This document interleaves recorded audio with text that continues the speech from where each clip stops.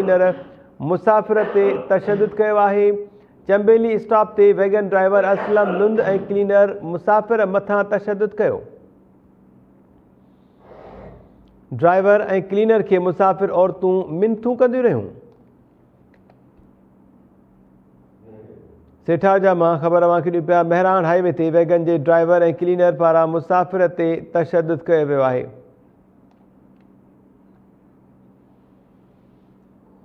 चंबेली stop ते wagon driver Aslam लुंद ऐं cleaner मुसाफ़िर मथां तशद्दुद कयो। ड्राइवर ऐं क्लीनर खे मुसाफ़िर औरतूं मिनथूं कंदियूं रहियूं।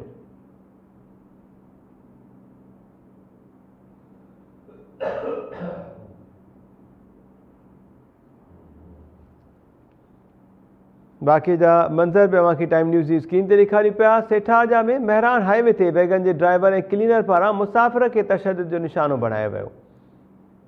चंबेली स्टॉप ते वैगन ड्राइवर असलम लुंड ऐं क्लीनर मुसाफ़िर मथां तशद्दुद कयो। इन जा वधीक तफ़सील वठूं था सेठाजा मां टाइम न्यूज़ जे रिपोर्टर हनीफ़ रज़ा खां। हनीफ़ रज़ा, छा अपडेट्स आहिनि ऐं छा मामिलो आहे? जी बिल्कुल मेहताब, महराण हाईवे ते हलंदड़ मुसाफ़िर वैगन जे ड्राइवर ऐं क्लीनर पारां मुसाफ़िर मथां वहशियाणो तशद्दुद कयो वियो आहे। खैरपुर वेंदे वैगन जे ड्राइवर असलम लुंड ऐं क्लीनर जो चंबेली वटि हिकु पैसेंजर मथां विच रोड ते वहशियाणो तशद्दुद कंदा रहिया, जंहिंजे मौक़े ते मौजूद माण्हुनि पारां वीडियो पिणु ठाही वई आहे, जंहिंमें ॾिसी सघिजे थो त ड्राइवर ऐं क्लीनर खे मुसाफ़िर सां गॾु औरत हुजण जो पिणु ख़्यालु न पियो अचे, जॾहिं त पुलिस समूरे वाक़े में बेख़बर बणियल आहे। जॾहिं त वाक़े जा कारण अञा ताईं मालूम न थी सघिया आहिनि, जॾहिं त मक़ामी माण्हुनि पारां इहो पिणु चयो वियो आहे त वैगन ड्राइवर ऐं क्लीनर पारां रोज़ जो मामूल बणियल आहे, जेके वैगननि जे स्टाफ जी टाइमिंग ऐं मुसाफ़िर खणण सां पाण में विड़ी आहिनि, जंहिंमें मुसाफ़िर पिणु मुतासिर थींदा रहनि था। जी मेहताब। ठीकु आहे हनीफ़ रज़ा, महिरबानी तफ़सील ॾियण जे लाइ।